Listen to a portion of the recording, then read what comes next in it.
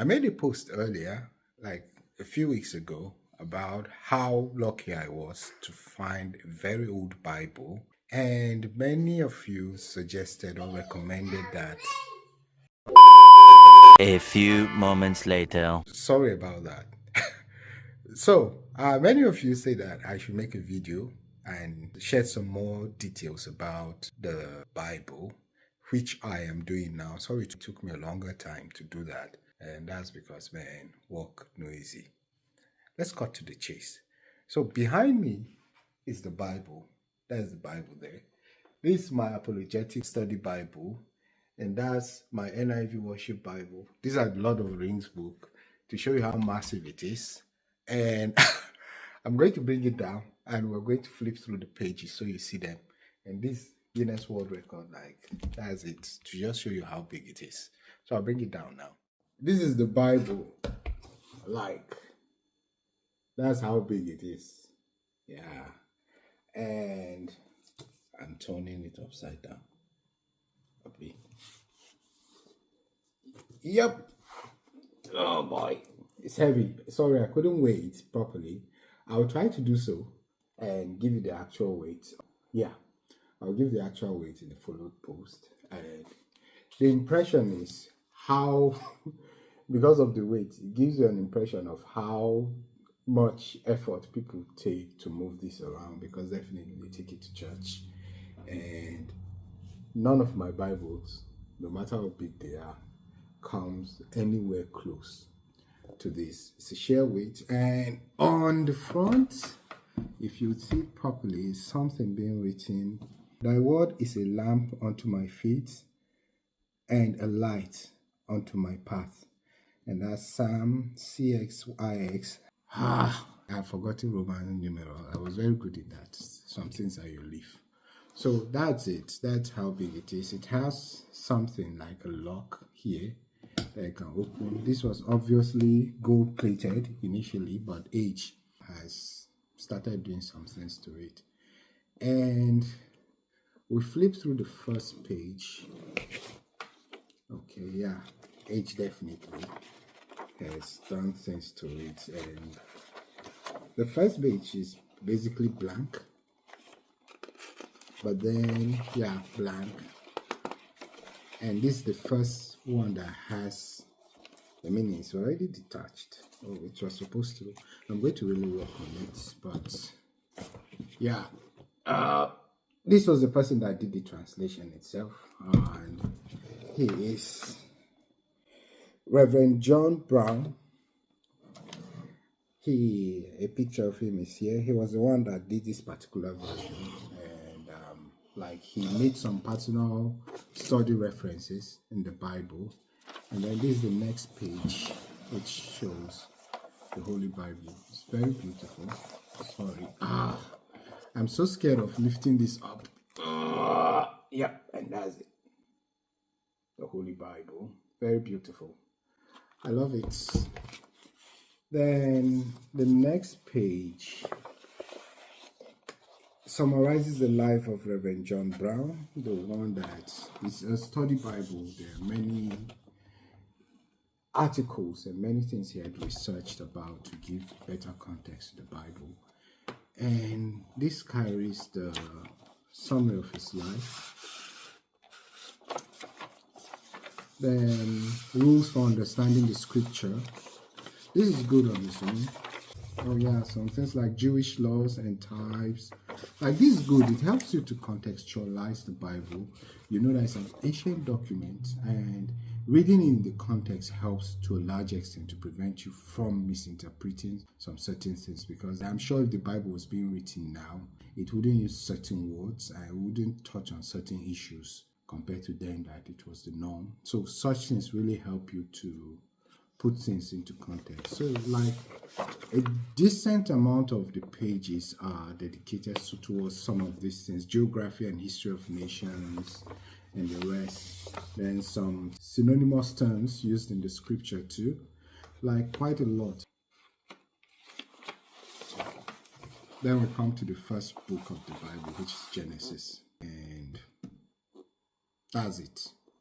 It has some illustrations, like here is the illustration of Abraham sacrificing Isaac, and that's it. But another fascinating thing, this is another one. I think this is Moses in the Red Sea. I'm not sure. We're in Deuteronomy. Yeah, this Moses definitely viewing the promised land. Yeah, so it's here. There. As it viewing the promised land. It's here. And so, sorry, I don't have gears to really do a better video. Eventually, I will set up gears so that I can be reviewing these things. But the most fascinating thing about this is this place. This now carries the name of the people that own the Bible. So, this is obviously the original owner was Robert Gray Patterson, and I think he got married to Margaret.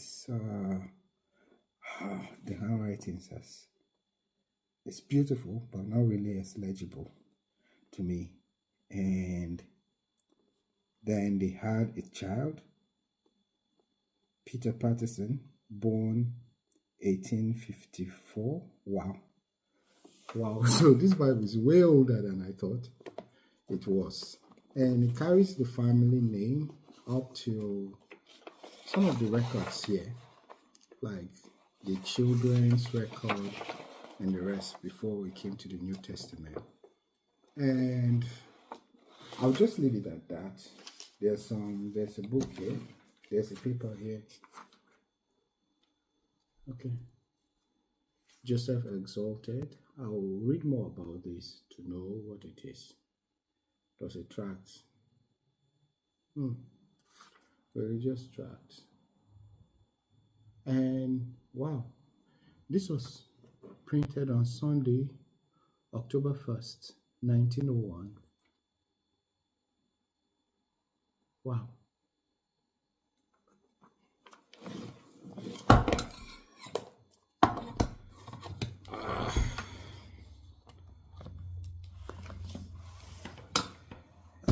And that's how big it appears when you open it. Yep. The camera couldn't even, so this gives a bigger picture of the thing. Like, it's that big.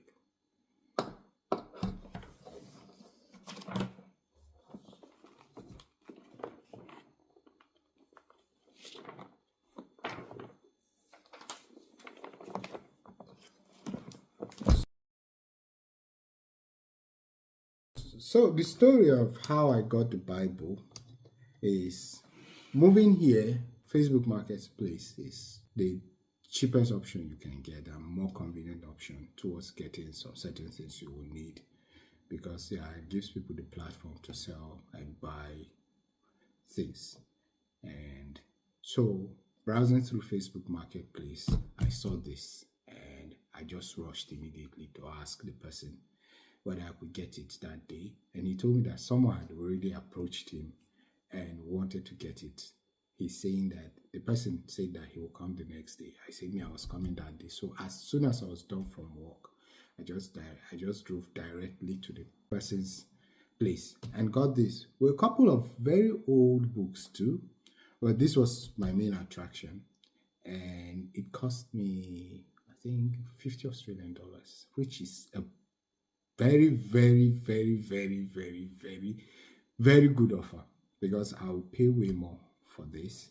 And he said his father, found it in an old chapel, and they tried to trace the real owners of the Bible, and nothing. They couldn't find them.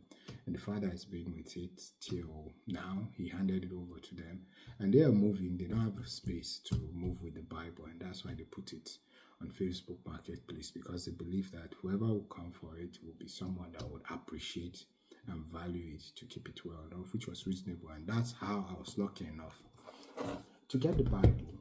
And this is something I'll keep, definitely pass it on to my children, so that we know that this Christianity is something that has persisted for generations. And as Nigerians say, it get why. So that's it. about this Bible. What version is it? Let me see.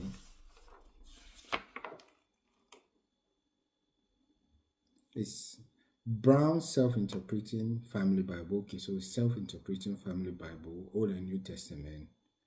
Yeah, I don't know what version of the Bible it is. Likely King James. I'm not sure. I don't know what version it is. Yeah. It's not stated here, but it doesn't read like King James. I can't see the goeth and cometh.